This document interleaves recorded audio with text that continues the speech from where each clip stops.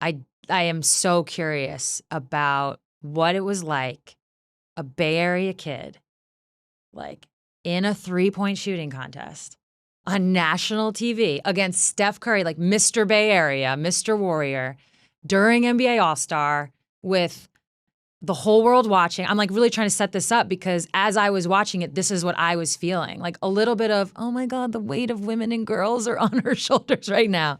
I know. I mean, what the fuck was that like? I felt that and he felt Mm-hmm. that. We both felt the pressure. Like it was real. We were nervous.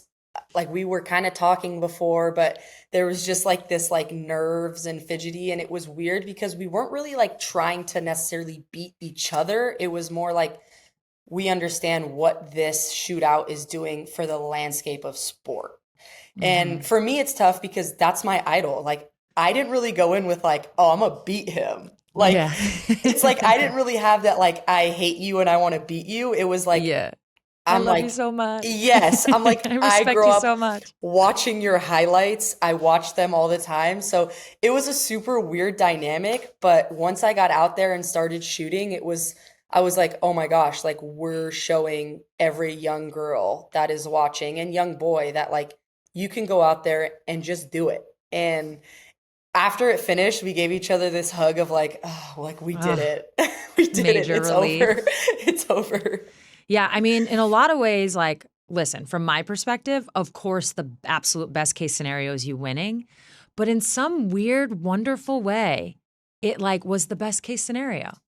It's like, yes, I would have preferred if you won, but you like beat everybody else who participated in the actual 3-point contest. Like your score beat it. You lost to, Steph Curry. Like, there's no shame in that. And you really, on a humongous stage with so much weight, performed so well. And I think, I mean, I'm definitely curious about just like where that type of confidence comes from because you continue to show it. I feel like we've touched on it a little bit.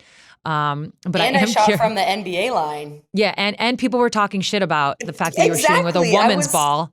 I'm Well, they were like, like, oh, I was like, she's getting ready for the Olympics. And the WNBA says she's not going to switch balls. no. I was And then, like, you guys want me to do the like switch everything right now? yeah, right. You shot from the NBA line. My thing on that was, how many times have you gone to a park, right? And let's say, or better, how many times have you been playing pickup with other women and there's a guy that enters the picture? Maybe it's practice players, whatever.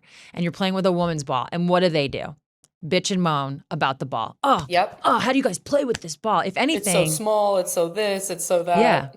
If anything, it's harder to shoot with a woman's ball in a lot of ways. You might have done better with a men's ball. That's what I was telling people when they were trying to bring that up. I was like, she might have done better with the men's ball. I know, and it's funny because it was something I actually had talked to Steph about at some point when we were hearing people were talking about it. I was like, I'll freaking shoot with any ball. Like, give me a few weeks to practice because it's just different. Like, if he had to shoot with a woman's ball, he probably would have lost and not made nearly as many. It's like you're just used to shooting with the ball you always shoot with. Athletes can switch over. Like, we would figure it out, but Definitely. it's one of those things where it's like if he would have shot with our ball, he would have shot probably really poorly. And I think people just don't realize that don't play basketball, how hard it is to just switch the balls out. Yeah, 100%. Okay, so this actually came up on my other podcast, a touch more with Megan, and we kind of posed the question like when this was happening, we were like, do you think it's more pressure to shoot in that contest or play in the WNBA finals? And now that I have you here, I gotta ask. Ooh, I mean, God, I'm trying to relive that shootout. Oh my gosh. I'm like, Yeah, I don't know how I did that because I'm like starting to sweat thinking about yeah, it right now. I mean, definitely, I would say the finals for sure was a lot of pressure. And I would have to say that definitely as like a team organization is that nothing really beats that. But the shootout is probably like two or three in my list of ever feeling this type of like stress and pressure of like women's basketball on my shoulders right there. Because if I went out and like missed every shot, I would not have seen Yeah. the light of day. Yeah, it would have been bad. It would have been Bad bad. news. Bad Wait, news. did you play? I'm feeling like this is actually a taste of what individual sport athletes deal Yeah, with. Did you probably ever like play? tennis. Yeah, did you ever play any of an individual sport competitively? Not competitively, no, like for Okay. fun, but not like I think tennis players probably feel this all the time. It's just them out there. Yeah, that's a different breed. You got the experience of a different breed. Yeah, I don't know if I can manage that all the Yeah. time. Wait, so is there any thoughts around doing it again? Not necessarily in that exact framework, but maybe WNBA All-Star? Are you and Caitlin chatting about anything? I mean, Steph and I have talked about it because I think we've kind of set the foundation and groundwork of what this could look like.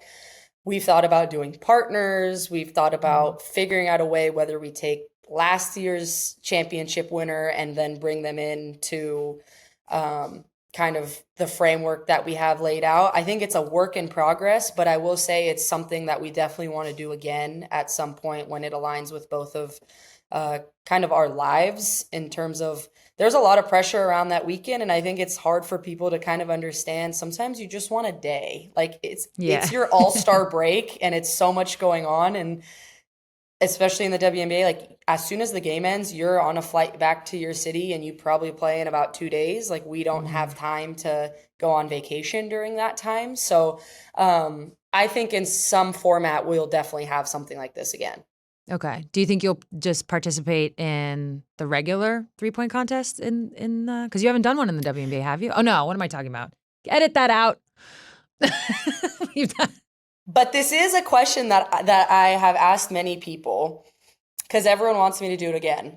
But I'm always, you kind of finish like the first one I ever did, I hit a record of 37. Yes, that's why. Yes, of course. And like I'll probably never be able to top that. And so it's almost like, is it a one and done finish on top, or do you just keep going? It's like, Michael Jordan dunk contest, do it once, done, never again. It's one of those things where I'm like, I'm kind of torn. Yeah. I could see how, yeah. Like I don't know. I'm not sure what to do. Like what would you do? I don't know. I feel like you're going to know. It's like if New York gets the All-Star game, like something's going to present itself where it tips the scale for you. You might be right. Until that happens, you probably won't know. Because, yeah, it is tough. Going out on top's kind of nice. It is kind of nice. I'm like, until someone beats 37, I might not have to come out of retirement. Like, go ahead. If someone beats 37, you have to come out. Miss only one, then I'll come out. Good luck. They're going to start adding like the 30-point ball. I know. It's going to get weird.